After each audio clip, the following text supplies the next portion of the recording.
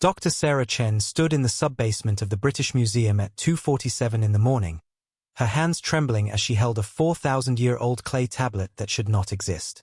Not because it was a forgery. Her 15 years of expertise in ancient Mesopotamian artifacts confirmed it was authentic. But because of what it said.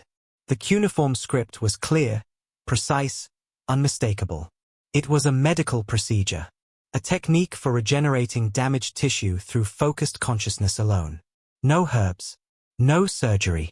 Just the mind directing the body to heal itself at the cellular level, with step-by-step instructions so detailed it read like a modern surgical manual.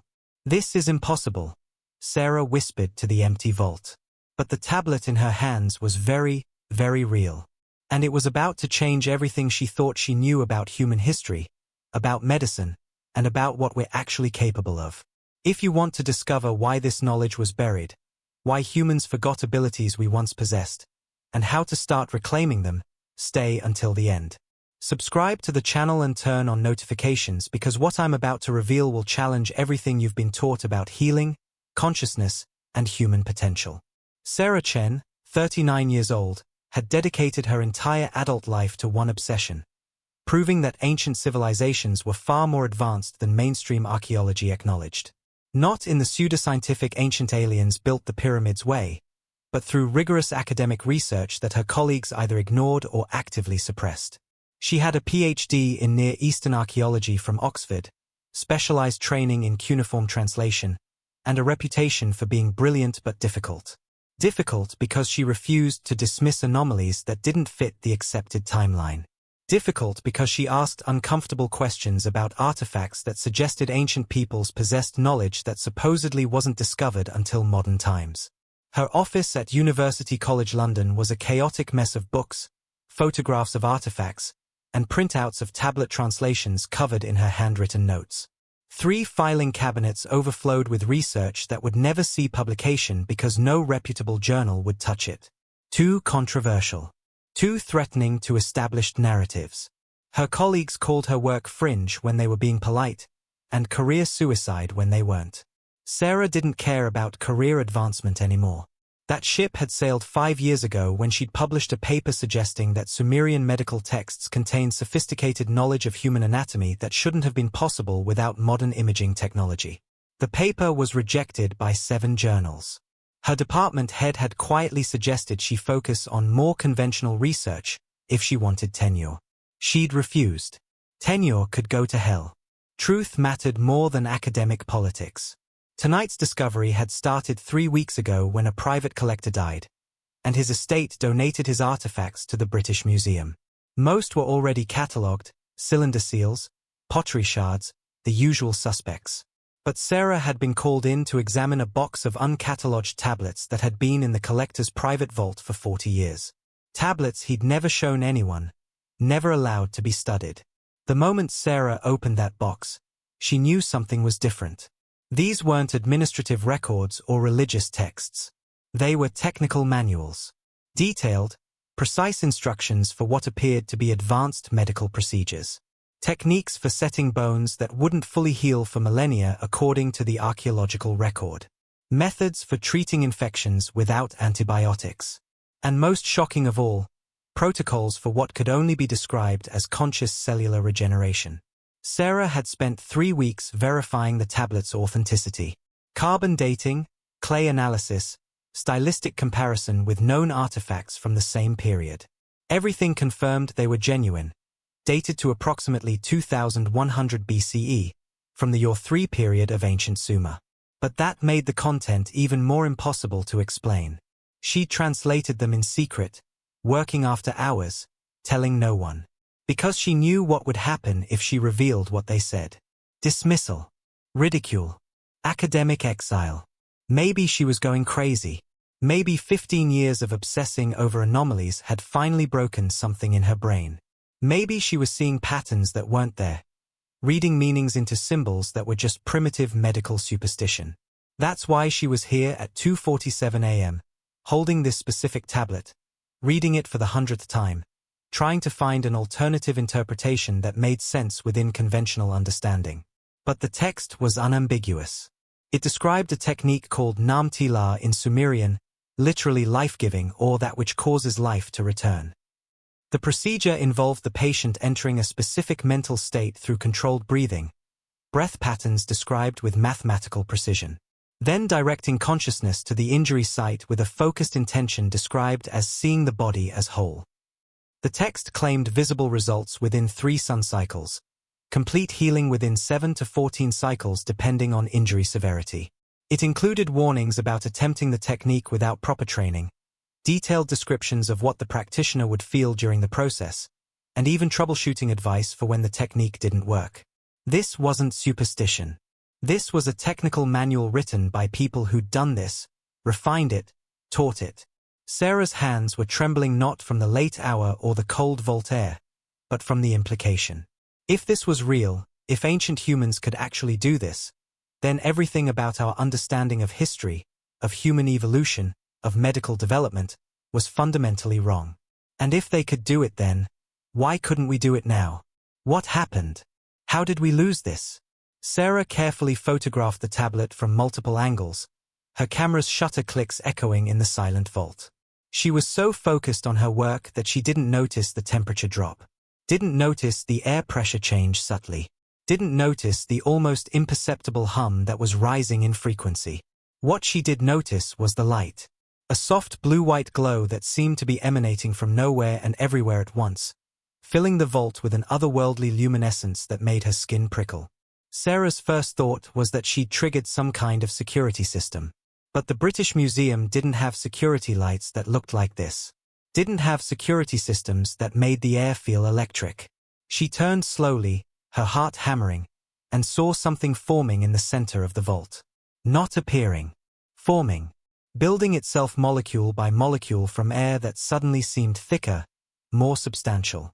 A figure. Tall. Definitely not human proportions. Sarah's brain offered helpful suggestions. Hallucination from exhaustion, carbon monoxide leak, stroke, psychotic break. But none of those explained what she was seeing with absolute clarity. Perfect detail, undeniable physical presence. The being that materialized in front of her was approximately 2 meters tall, slender, with smooth grayish skin that seemed to have an internal luminescence. Large eyes, dark and deep, that looked at her with an intelligence that was immediately, viscerally recognizable. This wasn't a hallucination. This was real. And Sarah, despite 15 years of training her mind for rigorous skepticism, despite every rational instinct screaming that this couldn't be happening, knew it with absolute certainty. She should have run. Should have screamed. Should have done literally anything except what she did. Instead, Sarah heard herself say in a remarkably steady voice, "You know what this tablet says, don't you?" The being tilted its head slightly. When it spoke, the voice came not from its mouth, but directly into Sarah's mind. A clear, gentle presence that was somehow more real than audible sound. "We know because we taught it. 4,000 years ago, when your species was ready to learn. Before you forgot. Before knowledge was buried. Before you decided that healing through consciousness was impossible." Sarah felt her knees weaken. She gripped the edge of a storage shelf for support. "Who are you?" She managed. "An observer. A keeper of records.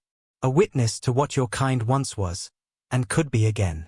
And I came tonight, Dr. Chen, because you're one of the few humans currently alive who's ready to remember. Ready to understand why this knowledge was lost. And ready to help others reclaim it." Sarah's scientific mind was screaming. This violated every law of physics, biology, neuroscience. This couldn't be real. But the tablet in her other hand was real. The being in front of her was real. And something deep inside her, something that had driven her obsession for 15 years, whispered that she'd been preparing for exactly this moment her entire life. "Show me," Sarah said, her voice barely above a whisper. "Show me everything." The being didn't move, but Sarah felt something shift in the space between them. Not physical. Energetic. As if the air itself was becoming more malleable, more responsive. "Before I show you, Dr. Chen, you need to understand something crucial. Your mind will resist what I'm about to reveal. It will offer rational explanations, comfortable lies, anything to avoid accepting that your entire understanding of human history and human potential is incomplete. This is natural. This is protective. But if you want truth, you must be willing to sit with discomfort. Sarah's hands were still shaking. She carefully set the tablet down on a nearby storage shelf and turned to face the being fully. I've spent 15 years having my research rejected because it challenged accepted narratives. I think I can handle discomfort. A ripple passed through the air. Was the being amused? We'll see. First question, Dr. Chen. Do you believe the tablet is authentic? Yes, Sarah said without hesitation. Carbon dating confirms it.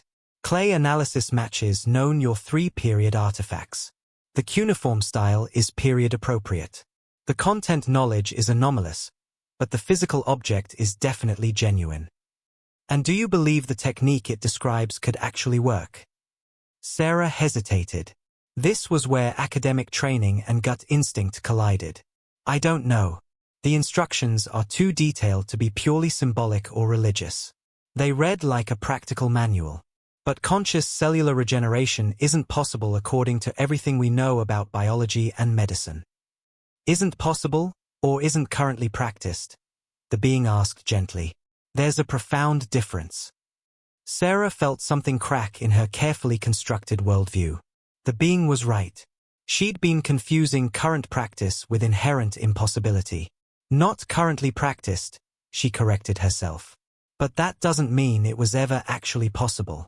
Ancient people believed many things that turned out to be wrong. Did they? Or did modern people decide ancient knowledge was primitive because it didn't fit current paradigms? The being made a gesture, and suddenly the air in front of Sarah shimmered. She saw images forming, not a screen or hologram, but 3-dimensional scenes that seemed to exist in the space itself. She saw ancient Sumer, a temple complex, a room with clay tablets lining the walls, and practitioners, human practitioners, working with patients. She watched as one practitioner guided a patient through the breathing technique described on her tablet.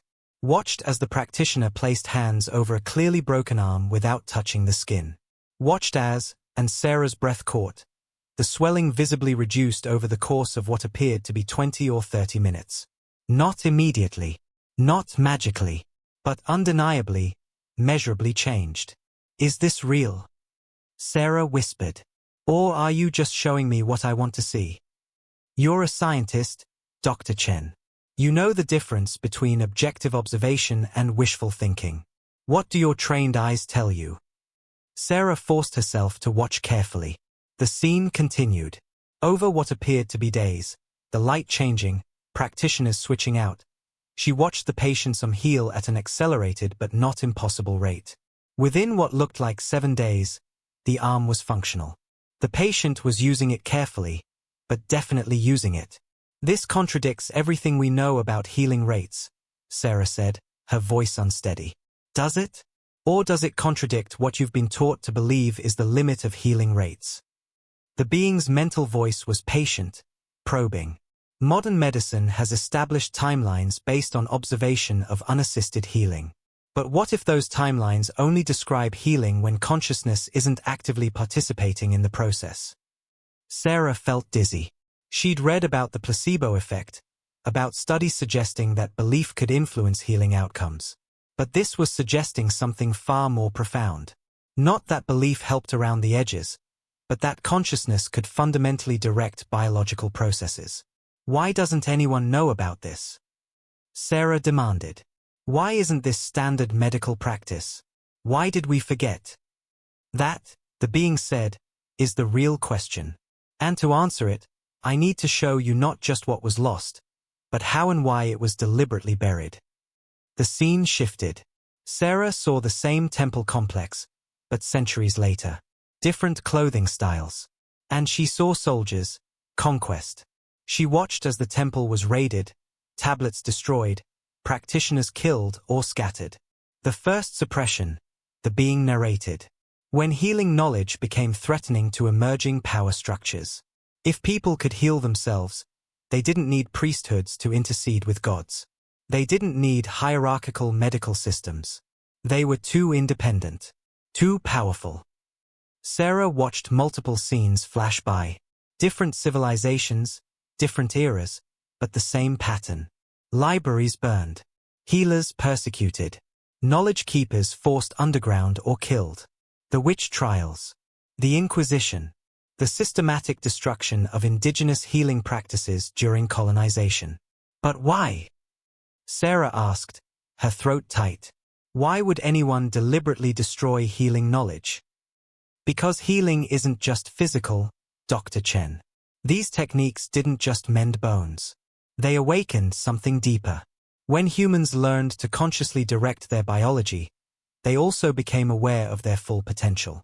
They became harder to control, harder to frighten, harder to manipulate. And power structures throughout history have relied on keeping people small, sick, dependent. Sarah felt anger rising. That's conspiracy theory logic. You're saying there's been an organized effort across millennia to suppress this. Not organized in the way you mean. No single group coordinating across centuries. But systems perpetuating themselves. Yes. Medical establishments that profit from treatment rather than healing. Educational systems that teach mechanistic biology but not consciousness. Religious structures that claim divine power for themselves but deny it to individuals. Each generation teaching the next that humans are limited, powerless, fundamentally broken. And each generation believing it a little more strongly. Until even archaeologists like you, who see the evidence, can barely let themselves believe it was real. The words hit hard because Sarah recognized the truth in them. How many times had she explained away anomalies? How many artifacts had she rationalized as religious symbolism or primitive misunderstanding, rather than accepting they might represent actual capabilities? I need more than visions, Sarah said, her scientific training asserting itself. I need something verifiable. Something I can test. Of course you do, the being replied, and something in its mental voice conveyed approval. That's why I chose you. You won't accept this on faith alone. You'll need to experience it, verify it, prove it to yourself. Are you willing to try? Try what? The technique on the tablet. Right now. On yourself. Sarah's heart rate spiked. I don't have any injuries. Don't you? The being's eyes, those large, dark, impossibly deep eyes, seemed to see through her. You've had chronic pain in your lower back for 6 years.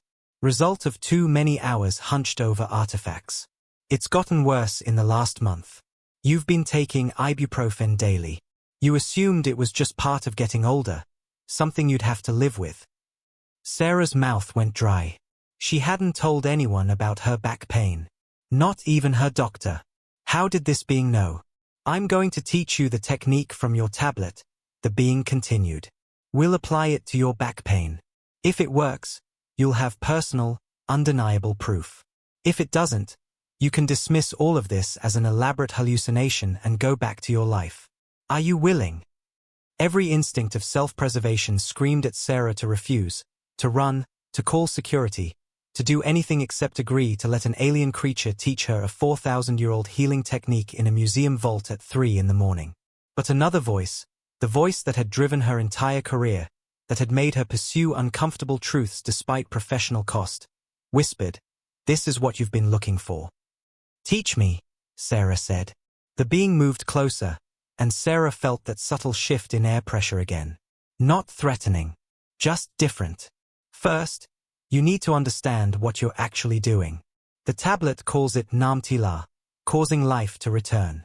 But that's a simplification. You're not adding life.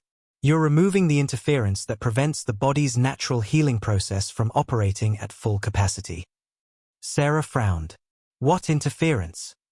Conscious interference. Dr. Chen, your body already knows how to heal. It's been doing it since you were conceived. Every time you've cut your finger, every time you've broken a bone as a child, every time you've recovered from illness, your body directed that healing without your conscious involvement. It has sophisticated, ancient biological programming that manages cellular repair, immune response, tissue regeneration. So why does it sometimes fail? Why does healing sometimes slow down or stop? Sarah thought. Disease. Age. Insufficient resources, nutrition, rest.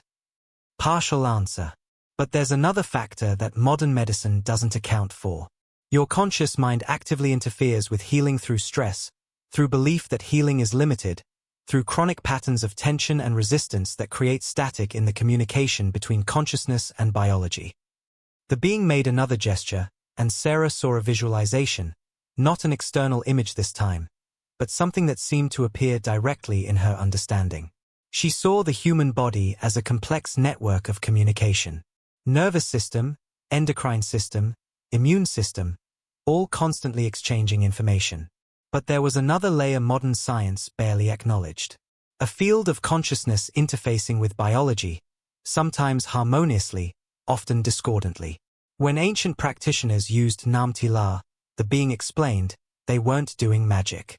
They were learning to consciously align with the body's innate healing intelligence rather than unconsciously interfering with it. They were removing static from the signal. How does chronic stress interfere with healing? Sarah asked, her academic mind engaging despite the surreal circumstances. Your body has two primary modes, the being explained. Survival mode and restoration mode. Survival mode, what you call fight or flight, is designed for immediate threats. It redistributes resources away from long-term processes like healing, digestion, reproduction, toward immediate crisis management. This is useful if you're running from a predator. But modern humans live in chronic survival mode. Stress from work, from social pressure, from constant stimulation and worry. Your body never fully enters restoration mode.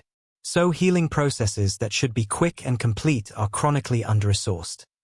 Sarah recognized this from her own life. She couldn't remember the last time she felt truly relaxed. Even sleep was restless, her mind churning through research problems. So Namtila is just deep relaxation. No. Relaxation is the beginning, but the technique goes further.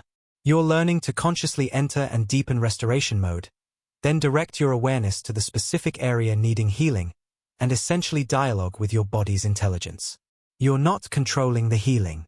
You're asking your body what it needs, removing obstacles, and allowing the process to unfold. That sounds mystical, Sarah said skeptically. Does it? When you're thirsty, you consciously drink water, but you don't consciously control how your body absorbs and distributes that water. Your body's intelligence handles it. What I'm teaching you is to consciously support healing the same way you consciously support hydration, by recognizing the need and providing conditions, then letting your body's innate wisdom do what it already knows how to do. That actually made sense. Sarah nodded slowly. Show me the technique. First, breathing. The tablet specifies a particular pattern. Not because the pattern itself is magical, but because it triggers specific physiological responses. 3 short inhalations through the nose, 1 long exhalation through the mouth.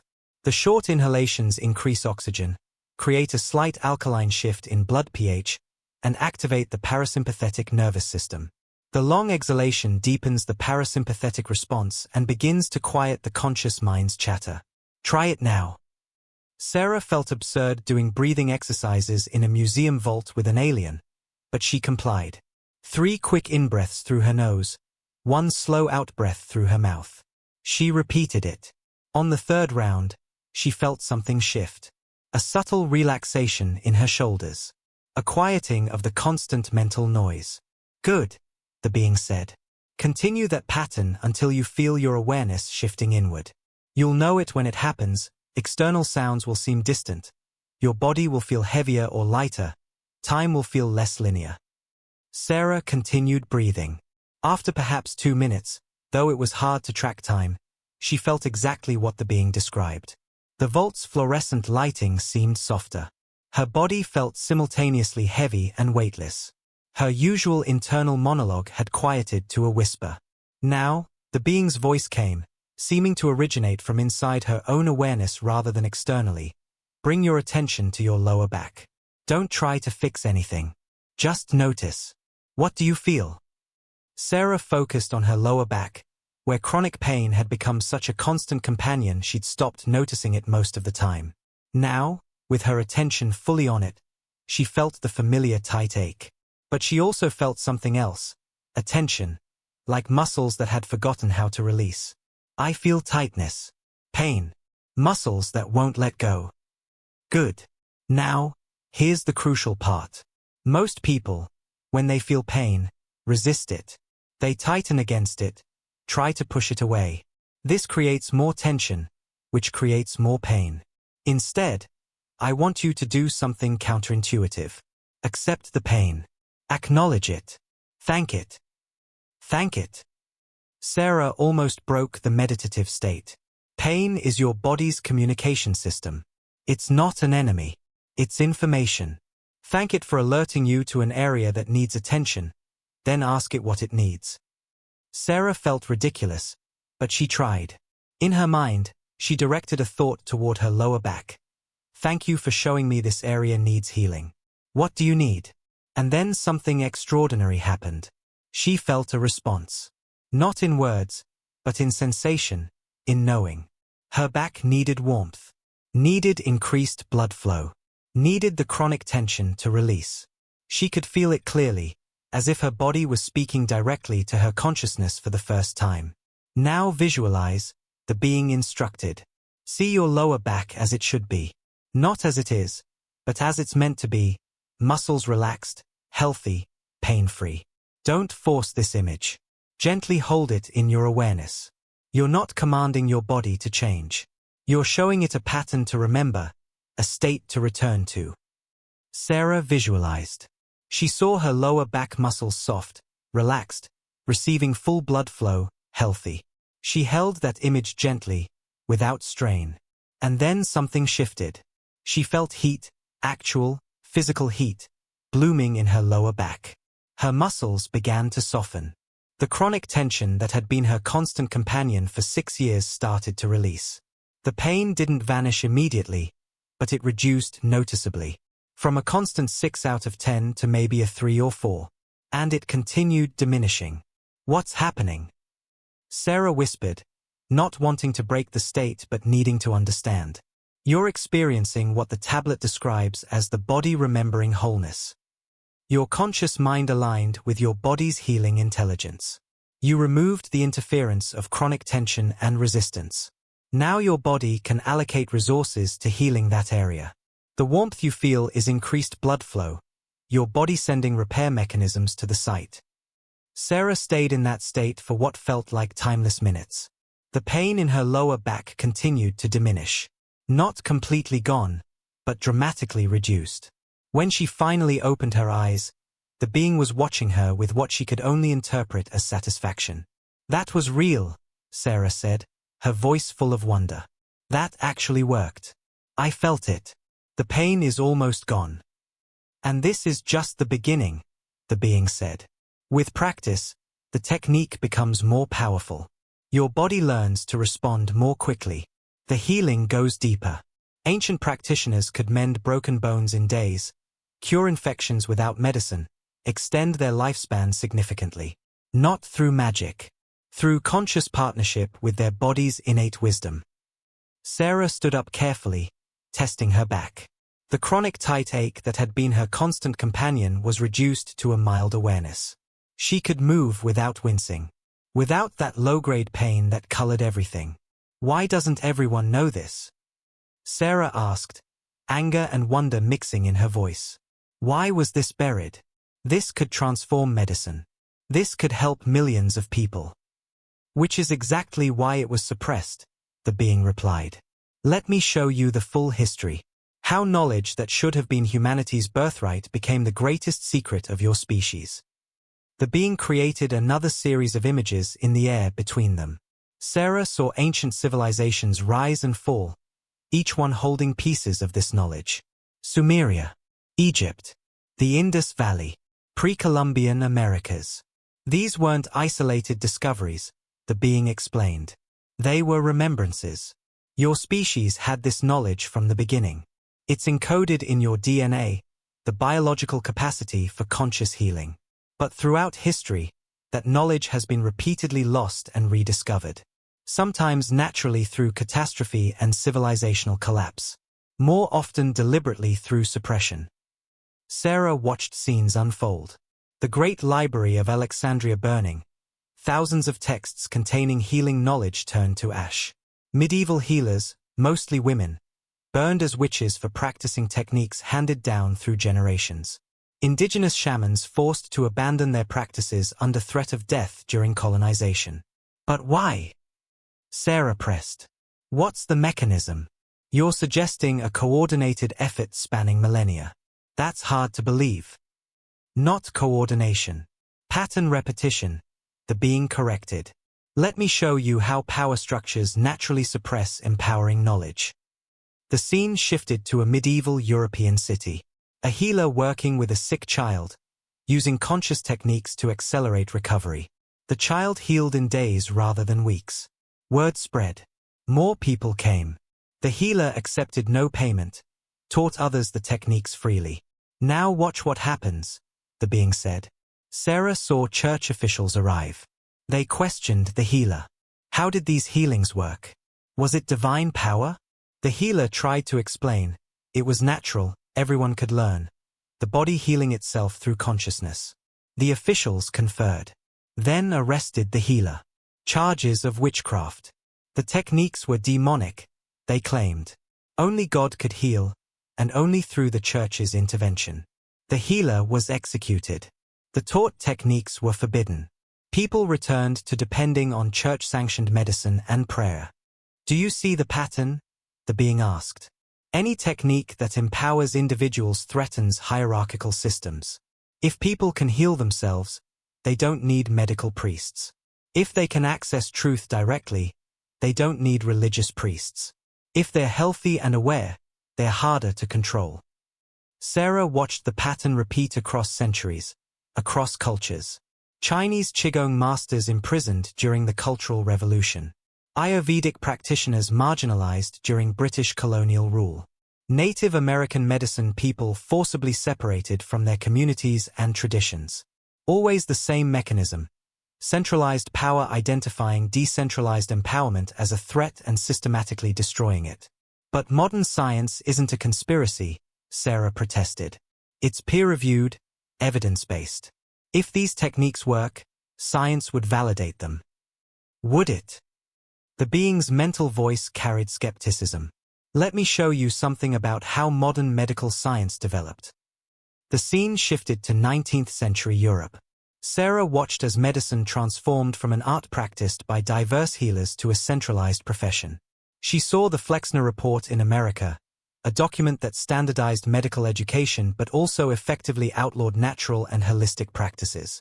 Watched as pharmaceutical companies gained enormous influence over medical research and education. I'm not suggesting conscious malice, the being clarified. I'm showing you how systems evolve to serve themselves. The pharmaceutical industry profits from treating symptoms, not curing causes. If conscious healing techniques were widely taught, many chronic conditions would resolve, pharmaceutical sales would plummet. So the system has no incentive to validate these techniques. In fact, it has strong disincentives. Sarah wanted to argue, but she'd seen enough academic politics to recognize truth. She'd watched her own research get rejected not because it was flawed, but because it challenged accepted narratives. What about the scientific studies that do show mind-body effects? Placebo research, meditation studies. Permitted, the being said, because they're framed as adjunct therapies, not primary healing modalities. The paradigm allows consciousness to be a helpful addition to real medicine, but not a replacement for it. This keeps the hierarchical structure intact. Doctors remain authorities. Pharmaceuticals remain central. Patients remain dependent. If research showed that consciousness alone could cure cancer, eliminate chronic pain, regenerate organs, which it can, under proper conditions, the entire medical pharmaceutical complex would need fundamental restructuring. So such research isn't funded, isn't published, isn't taught. Sarah felt her worldview continuing to crack.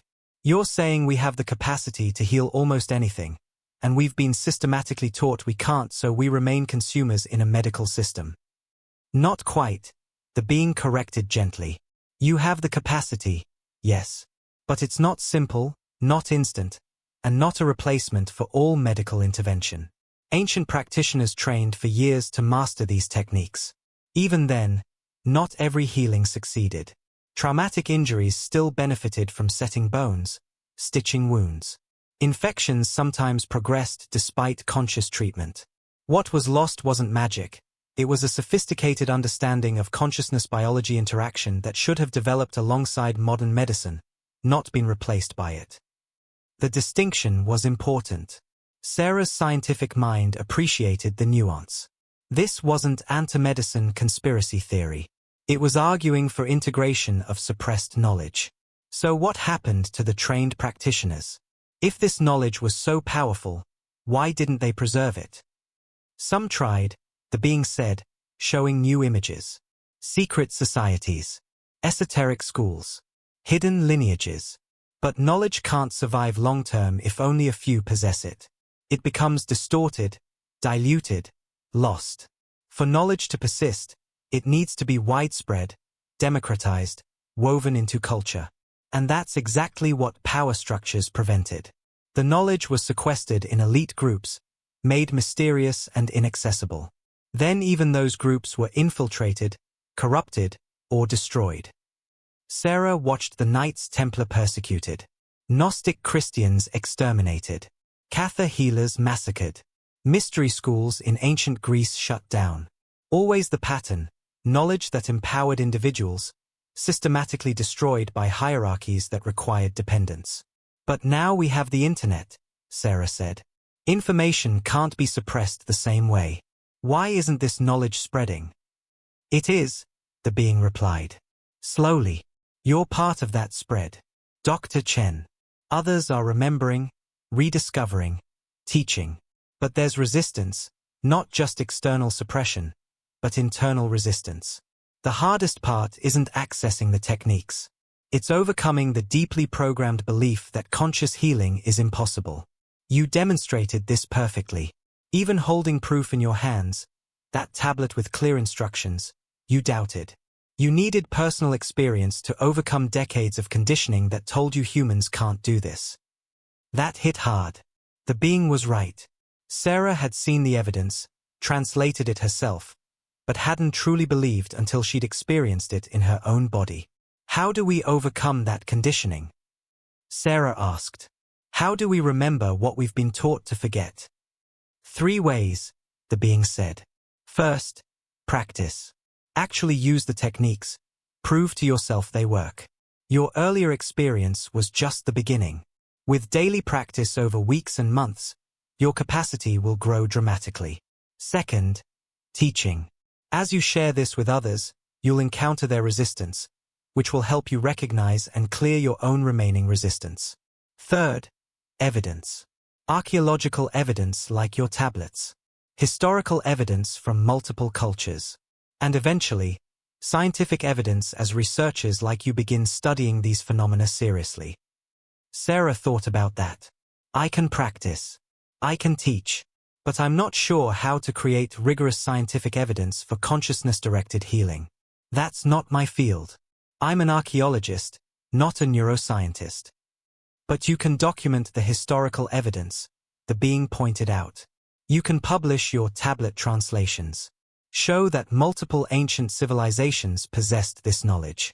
Create academic legitimacy that makes it harder for mainstream science to ignore. You can also compile case studies of modern practitioners using these techniques successfully. Build a body of evidence that future researchers can't dismiss. Sarah's mind was racing with possibilities. The tablets I've been translating, there are dozens more in that collector's box. Full training manuals for different techniques. If I can get them properly catalogued, dated, published. You'll face resistance, the being warned. Academic journals will reject your papers. Colleagues will question your credibility. You may lose professional opportunities. I've already lost those, Sarah said, a bitter edge to her voice. My career has been stagnant for 5 years because I won't conform to acceptable narratives. At this point, I have nothing to lose and everything to gain by going all in. That's why I chose you, the being said, and Sarah sensed approval. You've already paid the cost of pursuing uncomfortable truth. Now you can reap the benefits. Sarah looked at the tablet she'd set down earlier. 4,000 years old. Proof that humans once possessed extraordinary healing capabilities. And she'd just experienced those capabilities herself. Her back, which had hurt constantly for 6 years, was now nearly pain-free. What's in the other tablets? Sarah asked. What else did we forget? Much, the being replied. Techniques for extending lifespan. Methods for accelerated learning and memory enhancement. Protocols for group healing work where multiple practitioners amplify each other's effects. Ways to consciously interface with what you call the immune system to prevent disease before it manifests. Even techniques for conscious pain management during childbirth and surgery that are far more effective than modern anesthesia without any drugs. Sarah felt overwhelming. That's transformative. That could revolutionize healthcare, education, human development. Yes, the being agreed simply. Which is why it was suppressed. And why it must be recovered carefully, gradually, with wisdom. This knowledge in the wrong hands, used selfishly or manipulatively, can cause harm. Ancient practitioners underwent years of character development alongside technical training. They learned ethics, compassion, service before learning advanced techniques. This wasn't arbitrary. It was necessary. Power without wisdom is dangerous. So I can't just publish everything and hope for the best, Sarah realized. No. You need to be thoughtful about dissemination. Start with basic techniques anyone can use safely. Build credibility. Create a community of ethical practitioners. Develop teaching systems that include wisdom training, not just technique training. It will take time, perhaps decades, but you're planting seeds for a future where humans remember what they're capable of. Sarah felt the weight of responsibility settling on her shoulders, but also excitement. Purpose. This was what her entire career had been preparing for. Will you help me? Sarah asked. Will you guide me through this? I'll be available, the being said. But this is your work, Dr. Chen. Your species' work. We can observe, offer perspective when needed, but we can't do the work for you. That would violate the fundamental principle. Humans must choose their own development. We can't force evolution, even when it's in your best interest. That made sense. Sarah nodded. Where do I start? With yourself, the being replied. Master the basic technique I taught you tonight. Practice daily. Heal your own body completely. Then document your process carefully. What you did, what you experienced, measurable results. That becomes your first case study. Your proof that you're not just translating ancient texts, but verifying their content through direct application. Sarah looked around the vault at the thousands of artifacts surrounding them. How many of these contained lost knowledge? How many secrets were sitting in museum basements, untranslated or mistranslated, waiting for someone to recognize their true value? This is going to consume the rest of my life, isn't it? Sarah said, not quite a question. Probably, the being confirmed. Is that acceptable to you? Sarah thought about her life. Lonely, professionally frustrated, physically uncomfortable from chronic pain, but also driven by an unshakable sense that she was meant to discover something important. And now she had. Yes, Sarah said firmly. It's acceptable. It's exactly what I want. The being was silent for a long moment, those dark eyes observing Sarah with what felt like deep assessment. Then it said, there's something else you need to heal, Dr. Chen. Something deeper than back pain. Sarah felt her defenses rise immediately. What do you mean? Why do you think you've spent 15 years obsessed with proving ancient civilizations were advanced? Why do you think you've sacrificed career, relationships, financial security to pursue research everyone told you was fringe? Sarah's jaw tightened. Because it's true. Because knowledge matters. Because someone needs to challenge the narrow-minded orthodoxy of mainstream archaeology. All true, the being agreed. But there's something under that. A personal wound driving your work. Until you address it, Your mission will be fueled by anger and frustration rather than clarity and purpose. And that matters because angry people aren't effective teachers. Frustrated people can't build the communities needed to preserve this knowledge. Sarah felt exposed, defensive. You don't know anything about my personal psychology. Don't I? The being's mental voice was gentle but penetrating. Your father was a medical doctor. Traditional, conventional, very successful. He wanted you to follow in his footsteps. But you rebelled. Chose archaeology instead of medicine. Chose ancient mysteries over modern science. And when you tried to share your discoveries with him, tried to show him evidence of ancient medical knowledge that predated modern medicine, he dismissed you. Called your work pseudoscience. Said you were wasting your talent on fantasy. And you've been trying to prove him wrong ever since. Tears burned in Sarah's eyes.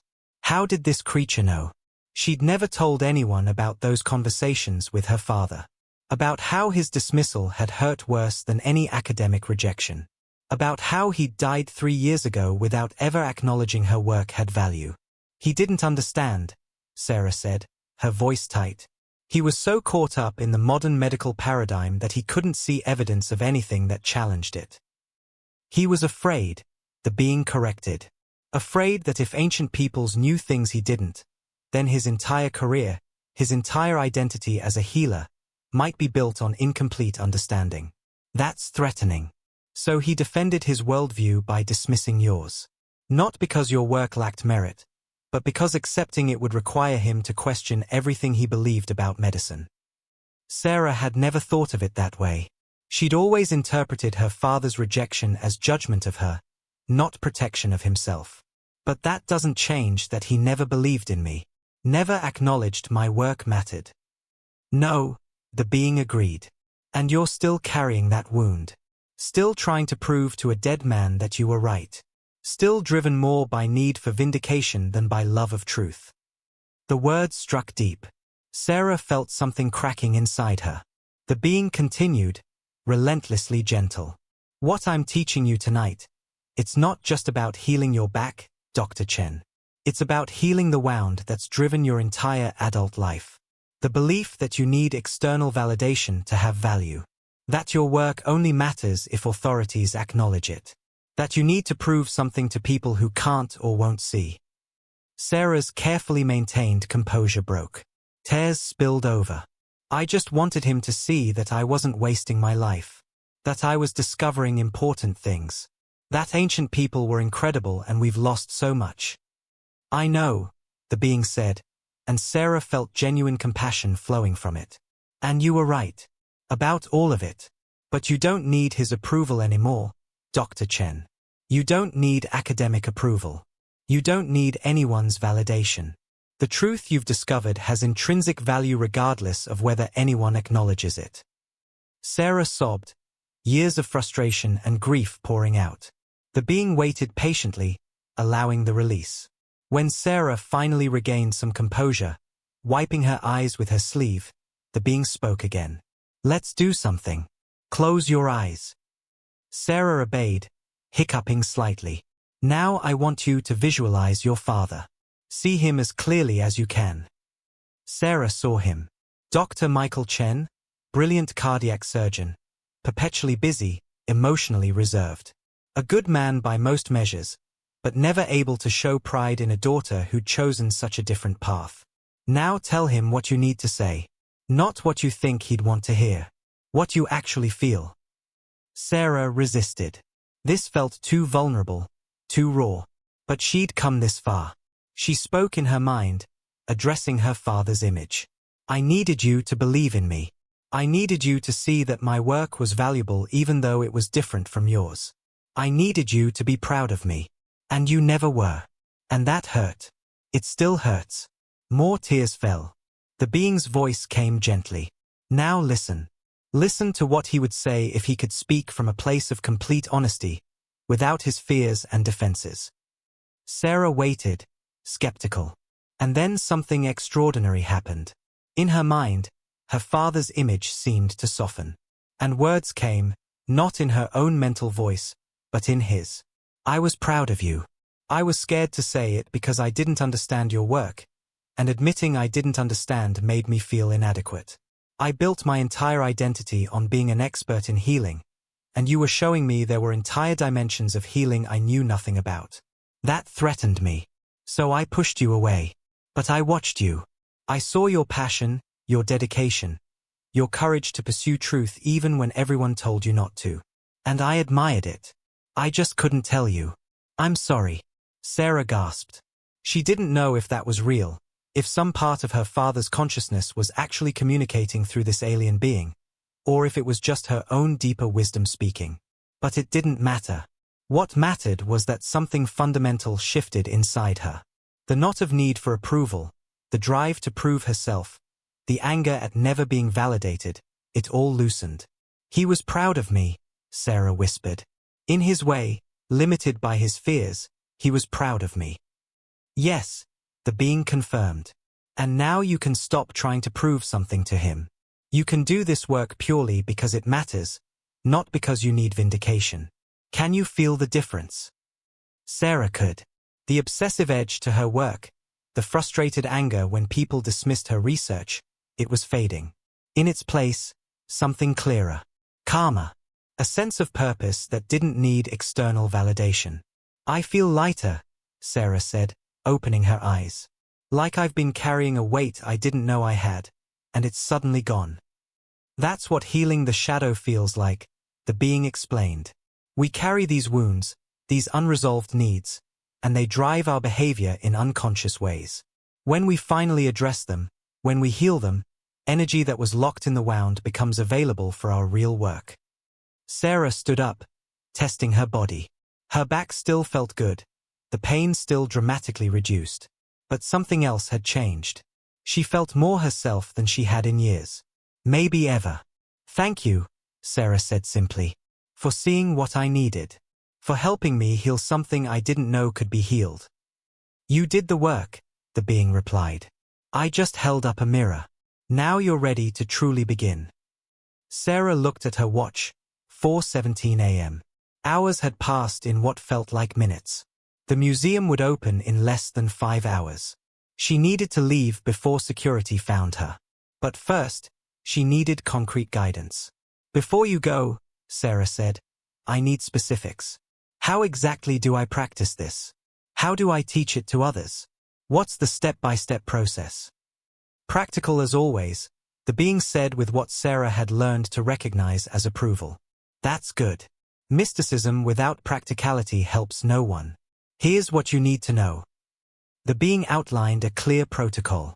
Every morning, before you do anything else, practice the basic technique. 15 minutes minimum.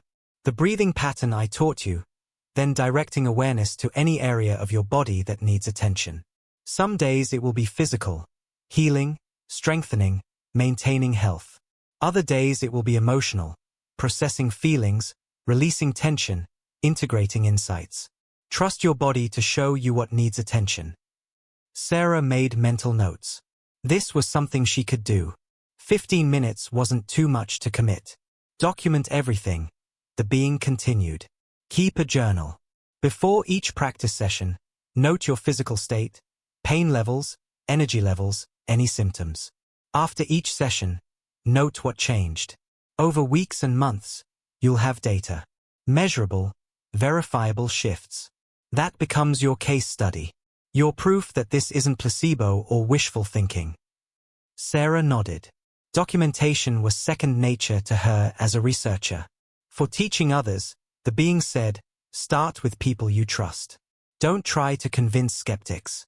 That's a waste of energy. Find people who are already open, who sense there's more to healing than they've been taught. Teach them the basic technique exactly as I taught you. Have them document their results. Build a small community of practitioners who can support each other and share experiences. What about the tablets? Sarah asked. How do I handle the academic side? Carefully, the being cautioned. Translate them thoroughly. Get multiple experts to verify your translations. Document everything with meticulous academic rigor. When you publish, frame your findings neutrally. Here's what these tablets say. Here's how it compares to other known texts. Don't claim the techniques work. Just present the evidence that ancient peoples believed they worked and practiced them systematically. Let readers draw their own conclusions. That was smart. Sarah could publish the archaeological findings without making controversial claims about efficacy. Some readers will experiment with the techniques themselves, the being continued. Some will dismiss it as ancient superstition. But the evidence will be in the academic record, available for future researchers. Planting seeds. How long will this take? Sarah asked. For the knowledge to become widely accepted and practiced. Generations, probably, the being said honestly. Cultural paradigm shifts don't happen quickly. But you'll see progress in your lifetime. You'll train practitioners who train others. You'll publish research that gets cited by other researchers. You'll build a foundation that future generations expand upon. That's how lost knowledge gets recovered, one person at a time, one publication at a time, one healed body at a time. Sarah felt the scope of the work ahead. It was daunting, but also energizing. This was a life purpose. One more thing, the being said. As you develop your practice, you'll notice other capacities emerging. Intuition sharpening. Ability to sense energy in others' bodies. Deeper knowing about what needs healing. These aren't supernatural powers, they're natural capacities that develop when consciousness is trained.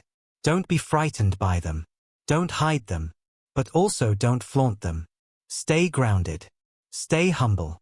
Remember you're always a student, even as you become a teacher. Sarah absorbed that. Will I see you again? Perhaps. If you need guidance at crucial moments. But mostly you won't. You'll be working with human teachers and students, building human community. That's how it should be. We observe and occasionally intervene, but your species' evolution is your own to direct.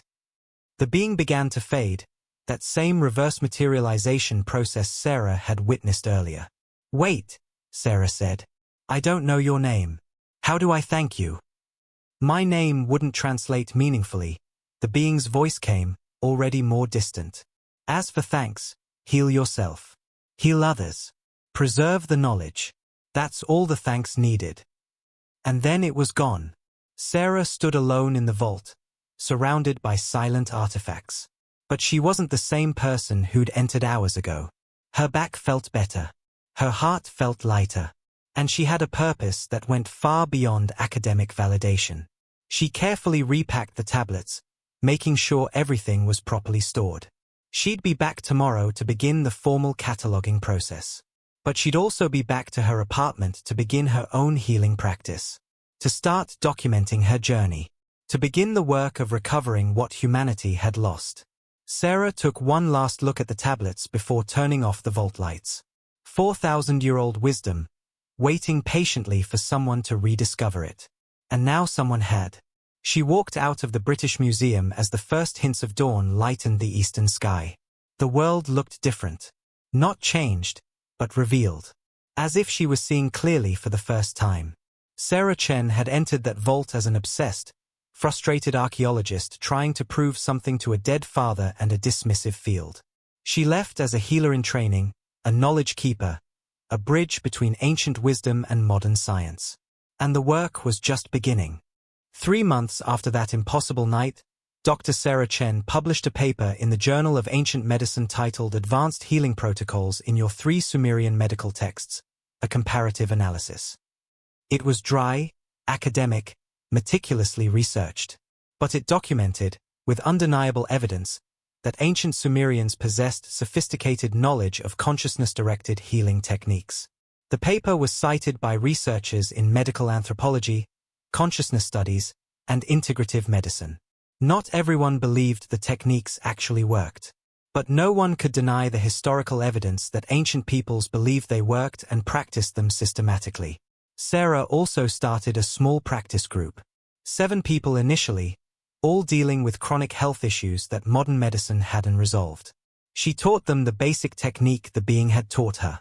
Over 12 weeks, 5 of them reported significant improvement. One woman's rheumatoid arthritis symptoms reduced by 60%. A man's chronic migraines decreased from daily to twice weekly. Sarah documented everything. Created the first modern case studies of ancient healing techniques applied systematically. More importantly, Sarah healed herself.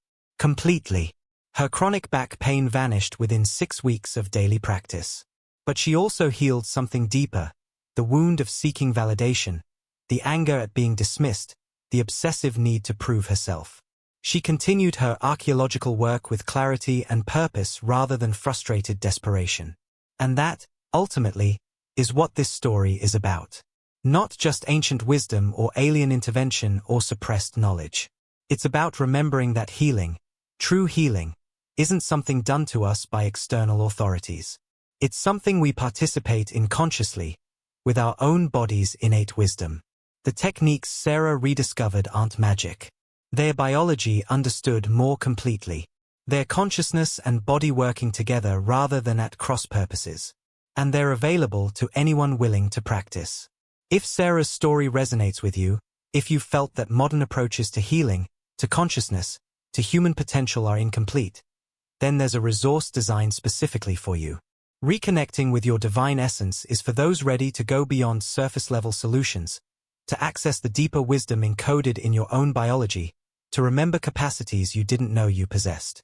This ebook provides practical techniques for consciousness-body integration, daily practices for awakening your innate healing intelligence, and a framework for understanding why this knowledge was suppressed and how to reclaim it. Link in the first pinned comment below. Subscribe to the channel and turn on notifications because every week we share stories like Sarah's. Stories of forgotten knowledge being recovered, of human potential being reclaimed, of ancient wisdom meeting modern understanding. Leave a comment. What part of this story resonated most with you? Have you experienced healing that seemed to transcend what medicine said was possible? Share your story. Your voice matters. If you can support our work, become a channel member or leave a contribution. Every bit helps us continue sharing suppressed truths and forgotten knowledge. Some of you feel a calling after hearing this. A sense that it's time to explore your own healing capacity. If you need guidance, our spiritual therapists offer private consultations. Email in the description. Dr. Sarah Chen spent 15 years searching for proof that ancient peoples knew things we've forgotten. She found that proof. But more importantly, she found the living practice behind the proof. And you can too. Because healing isn't something that happens to you. It's something you remember how to do. The knowledge was never truly lost. It was just waiting for people ready to reclaim it. Are you ready?